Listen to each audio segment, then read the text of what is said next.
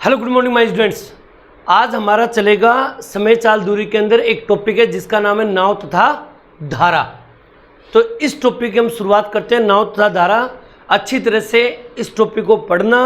और जो बच्चे पहली बार देख रहे हैं उनसे मैं रिक्वेस्ट करूंगा कि पीछे रेलगाड़ी और सिंपल जो क्वेश्चन मैंने पढ़ा दिए हैं उनके भी नोट्स आप बना लीजिएगा, ठीक है। तो चलिए करते हैं स्टार्ट। नाव तथा धारा, ऊपर हेडिंग लिखिए नाव तथा धारा। आइए बेटा जी,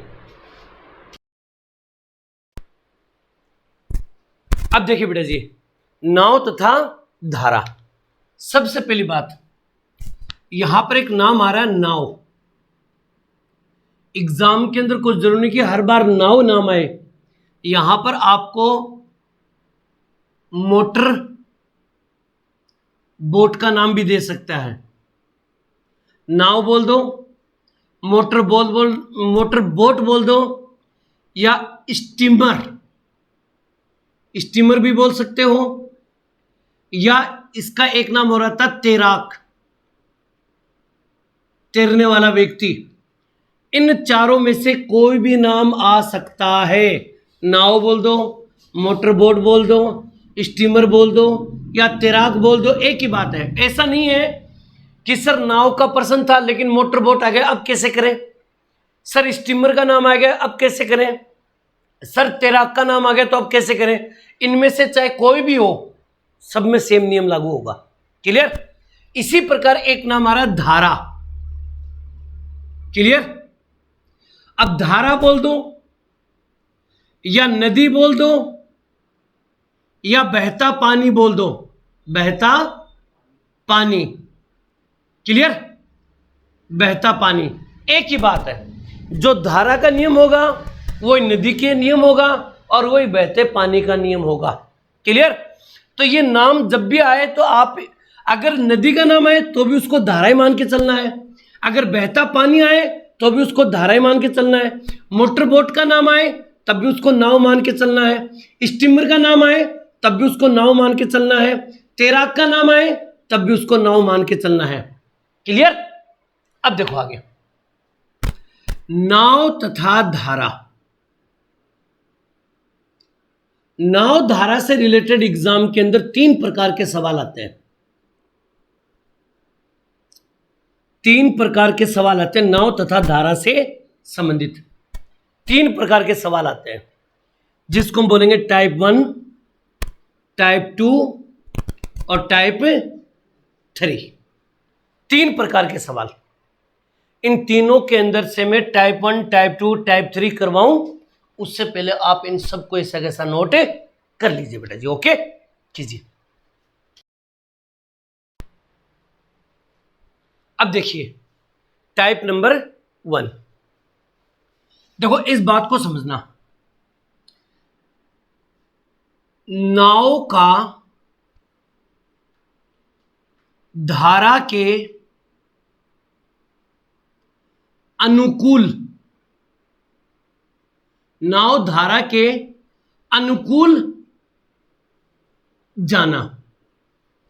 आखिर ये है क्या चीज। मान लीजिए नाव इस साइड में जा रही है, क्लियर, और धारा भी इसी साइड में जा रही है, यानी पानी भी इसी साइड में बह रहा है और धारा भी, नाव भी इसी साइड में जा रही है।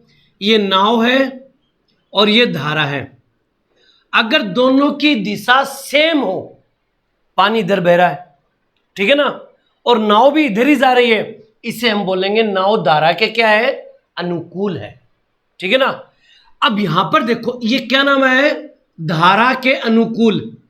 इस अनुकूल को हम कह सकते हैं धारा की दिशा में, धारा की दिशा में जाना, ये भी बोल सकते हैं हम इसको हम कह सकते हैं धारा के अनुप्रवाह। धारा के अनुप्रवाह जा रही है, ठीक है ना। या फिर हम इसको बोल सकते हैं डाउन स्ट्रीम। डाउन स्ट्रीम, एक बार एग्जाम के अंदर ये नाम भी आया था लेकिन इंग्लिश के अंदर न लिख के इसने लिख दिया था डाउन स्ट्रीम, ये लिख दिया था। तो याद रखना डाउन स्ट्रीम बोल दो, धारा के अनुप्रवाह बोल दो, धारा की दिशा में बोल दो, या धारा के अनुकूल बोल दो, एक ही बात है। सर इससे असर क्या पड़ेगा, ये सुनो। मान लीजिए नाव की चाल है 10 किलोमीटर प्रति घंटा। ध्यान से सुनना बेटा जी, नाव की चाल है 10 किलोमीटर प्रति घंटा और धारा की चाल मान लेते हैं 4 किलोमीटर प्रति घंटा है। अगर कोई नाव धारा के अनुकूल जा रही हो, धारा की दिशा में जा रही हो, धारा के अनुप्रवाह जा रही हो, या धारा के डाउन स्ट्रीम जा रही हो, तो याद रखना इन दोनों की चाल यानी कि नाव की चाल और धारा की चाल हमेशा जुड़ती है। याद रखना जुड़ेगी। क्यों? तो इसको हम बोल देंगे 10 + 4 बराबर कितना हो जाएगा, 14 किलोमीटर प्रति घंटा। अगर मैं कहूं कि नाव की चाल कितनी थी 10 किलोमीटर प्रति घंटा, धारा की चाल कितनी है 4 किलोमीटर प्रति घंटा। यदि नाव धारा के अनुकूल जाती हो तो नाव की चाल कितनी होगी 14 किलोमीटर प्रति घंटा। यह अनुकूल चाल होगी। कौन सी चाल होगी? अनुकूल चाल। याद रखिएगा, अगर कोई नाव धारा के साथ साथ जा रही है, धारा की दिशा में जा रही है, तो दोनों की चाल जुड़ेगी। ओके, अब आप कहोगे सर इससे रिलेटेड एग्जाम में प्रश्न कौन कौन से आते हैं, उनको मैं बताऊं, पहले इसको नोट कर लीजिए फटाफट बेटा जी। ओके कीजिए। अब देखिए इस नियम से रिलेटेड पहला क्वेश्चन, दूसरा क्वेश्चन मैंने दिया है। देखो कैसे, एक नाव की शांत जल में चाल 15 किलोमीटर प्रति घंटा। शांत जल का मतलब है जल ना तो इधर जा रहा है ना इधर आ रहा है, एक जगह स्थिर जल है। 15 किलोमीटर प्रति घंटा। यदि धारा की चाल 5 किलोमीटर प्रति घंटा हो तो नाव धारा के अनुकूल 5 घंटे में कितनी दूरी तय करेगा। देखो एक बात हमेशा याद रखना, जब भी नाव धारा का प्रश्न आए लास्ट में आप ये देखो कि फाइंड क्या करना है। जैसे हमें इस प्रश्न में फाइंड करना कितनी दूरी, यानी कि हमें दूरी फाइंड करनी है। हमें ये पता है दूरी बराबर होता है चाल गुणा समय। दूरी बराबर होता है चाल गुणा समय, ये आ गया। दूरी बराबर होता है चाल गुणा समय। हमें ये पता है कि चाल, लेकिन यहां पर एक नाम आ रहा है अनुकूल 5 घंटे में कितनी दूरी है। अगर कोई नाव धारा का कोई प्रश्न है और यहां पर नाम आ रहा है अनुकूल, तो याद रखना नाव की चाल और धारा की चाल दोनों को जोड़ेंगे तब वो चाल आएगी। जैसे नाव की चाल है 15 किलोमीटर प्रति घंटा और धारा की चाल है 5 किलोमीटर प्रति घंटा। 15 और 5 कितने हो गए 20, तो आप चाल लिखोगे 20 किलोमीटर प्रति घंटा। यह अनुकूल होने की वजह से गुणा, क्योंकि अनुकूल में चाल क्या होती है जुड़ती है, तो हमने दोनों को जोड़ के लिख दिया 20। और समय कितना घंटा दे रखा है 5 घंटे, यहां पर लिख दो 5। 20 पंजू 100, तो आप बोल सकते हो सर 100 किलोमीटर, यही इसका राइट आंसर है। आई होप की बात समझ में आ गई होगी। इसी प्रकार यहां पर देखो नाव धारा के अनुकूल 48 किलोमीटर की दूरी कितने समय में, कितना समय। और हमें पता है कि अगर किसी प्रश्न में समय ज्ञात करना हो, क्या ज्ञात करना हो समय, तो समय का फॉर्मूला क्या होता है, तो हम बोलेंगे कि सर समय बराबर होता है दूरी बटे चाल। समय बराबर होता है दूरी बटे चाल। अब आप ये कहोगे सर जी अब इसको कैसे करेंगे, तो मैंने कहा दूरी तो 48 किलोमीटर की है, तो आप लिखोगे 48 बटे चाल। नाव धारा के प्रश्नों में चाल लिखते समय एक बात जरूर ध्यान देना, क्या कि चाल अनुकूल है या कुछ और है। अगर चाल अनुकूल है तो याद रखना नाव की चाल और धारा की चाल दोनों चाल को जोड़ के लिखेंगे, तो 12 + 4 बराबर कितने हो गए 16। 16 3 48, यानी कि 3 घंटे के अंदर वो दूरी तय कर लेगी। ओके, समझ में आ गया होगा अच्छी तरह से। और प्रश्न में करवाऊं, पहले इसको नोट कर लीजिए दोनों को फटाफट कीजिए बेटा। अब देखो बेटा जी, क्वेश्चन नंबर 3, प्रश्न क्या दे रखा है, एक नाव धारा के अनुकूल 4 घंटे में 32 किलोमीटर की दूरी तय करती है। यदि धारा की चाल 3 किलोमीटर प्रति घंटा हो तो शांत जल में नाव की चाल क्या होगी? नाव की चाल, यानी कि उन्होंने चाल पूछा है। हम ये कहेंगे सर चाल बराबर होता है सर दूरी बटा समय। लेकिन ध्यान सुनिएगा, यहां पर एक नाम आ रहा है अनुकूल। क्या नाम आ रहा है? अनुकूल। हमें पता है कि अनुकूल के अंदर है ना नाव की चाल और धारा की चाल क्या होती है? जुड़ती है। तो यानी कि इस चाल के अंदर हमने क्या किया है? नाव की चाल प्लस धारा की चाल दोनों जुड़ेगी। भाई इस चाल में क्या होगा? नाव प्लस धारा की चाल जुड़ेगी चाल, और बराबर दूरी, दूरी कितनी है? 32, और बट्टा समय कितना है? 4। तो आप बोलोगे 4 अंठा 32, 8 बार चला गया। लेकिन उसने धारा की चाल तो दे रखी है कि 3 है। अगर नाव की चाल प्लस धारा की चाल 3 दे रखी है और इसका उत्तर आ रहा है 8, तो नाव की चाल कितनी होगी? 5। क्यों? क्योंकि नाव की चाल 5 होगी, 5 में 3 जोड़ोगे तभी तो 8 आएगी। समझे नहीं समझे? तो चाहे इधर ये प्लस का तो उधर माइनस का हो जाएगा, घटा के लिख दो, चाहे एक ही बात है। लेकिन ये चीज ध्यान में रखना कि जब भी आपको चाल पूछा जाए तो नाव की चाल प्लस धारा की चाल, ये बात लिखा करो, फिर इसके अंदर मान रखा करो ताकि उत्तर गलत नहीं हो। क्लियर? आगे मैं बढ़ूं, इसको नोट कीजिए फटाफट। ओके बेटा जी, अब देखिए बेटा जी, टाइप 1 के अंदर मैंने 3 क्वेश्चन करवा दिए, पहला, दूसरा, तीसरा क्वेश्चन। आई होप कि आपको समझ में आ गया होगा। टाइप नंबर 2 देखो, नाव धारा के प्रतिकूल जाती है। अगर कोई नाव धारा के प्रतिकूल जाए, सर ये प्रतिकूल क्या होता है? आओ, जैसे ये नाव इस साइड में जा रही है, ये नाव है, नाव इस साइड में जा रही है और धारा इस साइड में आ रही है, ये होगी धारा। यानी कि एक इस साइड में जाना और एक इस साइड में, दोनों एक दूसरे के अपोजिट आना, उसे बोलते हैं प्रतिकूल जाना। अच्छा, एक नाम आया प्रतिकूल, चाहे तो प्रतिकूल बोल दो या इसे हम बोल सकते हैं धारा के विपरीत जाना।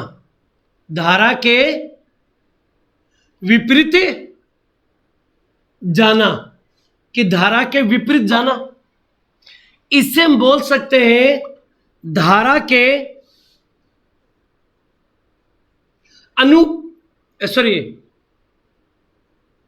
और प्रवाह जाना,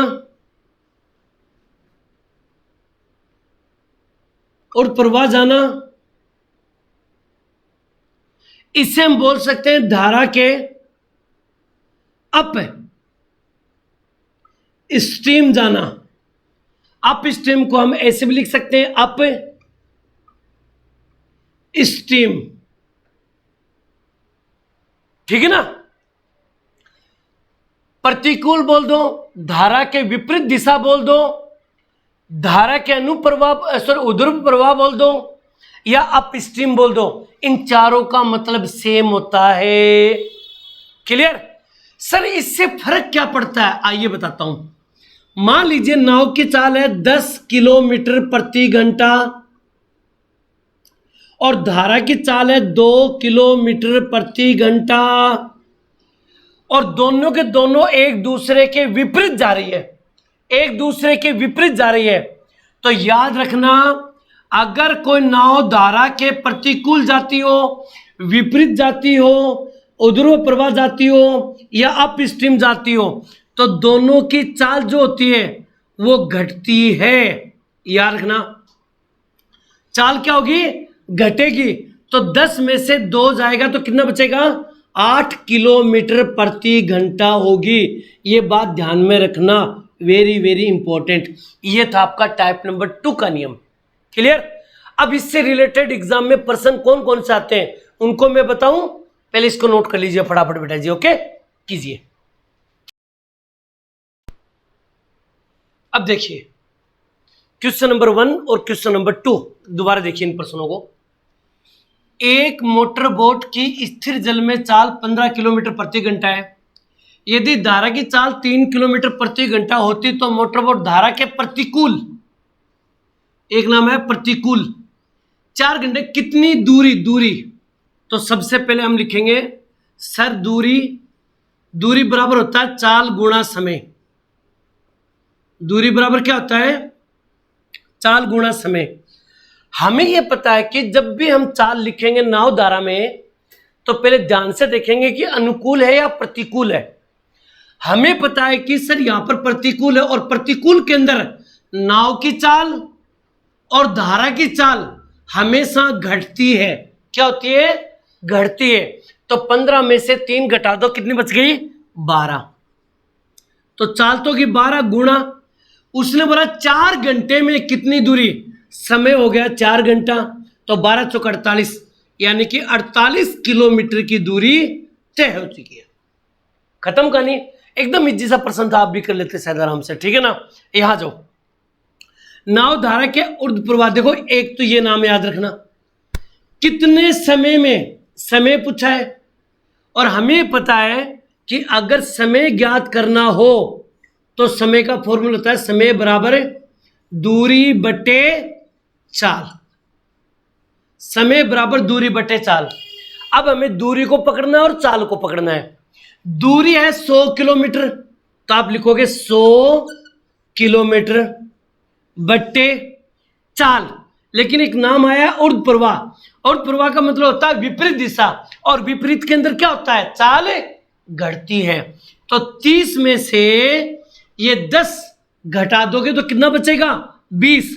तो आप चाल लिखोगे 20 और 20 कैसे में भाग दे दोगे? 20 पंजू 100, यानी कि आप बोलोगे सर 5 घंटा। कितना घंटा होगा? 5 घंटा।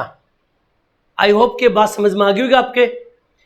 अगला क्वेश्चन मैं बताऊं, पहले इसको नोट कर लीजिए फटाफट बेटा जी। ओके कीजिए। अब ये देखो बेश, टाइप नंबर 2 का ये लास्ट क्वेश्चन है, इसको अच्छी तरह समझने की कोशिश करना बेटा, ठीक है ना।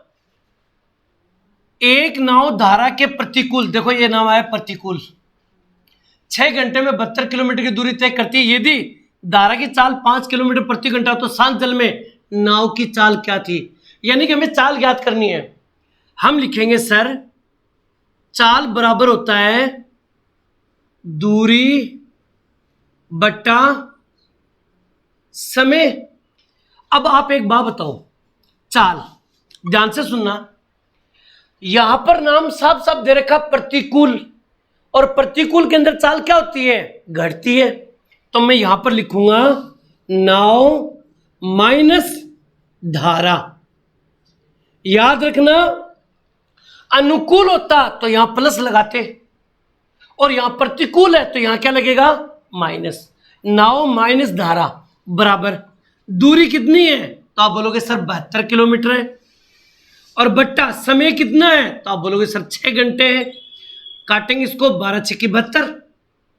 अब आप ये सोचो कि नाव शांत जल में नाव की चाल क्या है? तो नाव की चाल को तो मान लेते हैं ऐसा कैसा नाव, माइनस, और धारा की चाल अगले कितनी दे रखी है? 5, ये लिख दिया 5, और इसका उत्तर आना चाहिए 12। इधर माइनस का तो उधर किसका हो जाएगा? प्लस का। होगा नहीं होगा? तो ये माइनस का तो उधर प्लस का हो जाएगा। इसका मतलब नाव की चाल होगी 17 किलोमीटर प्रति घंटा। यह आंसर होगा। समझ में आई मेरी बात? ये 17 में से 5 घटाएंगे तभी तो 12 आएगा।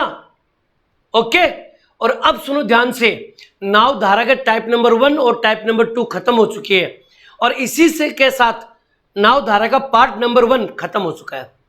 टाइप नंबर 3 हम पढ़ेंगे नेक्स्ट वीडियो में। तब तक आप लोगों से अलविदा। जय हिंद, जय भारत बेटा जी।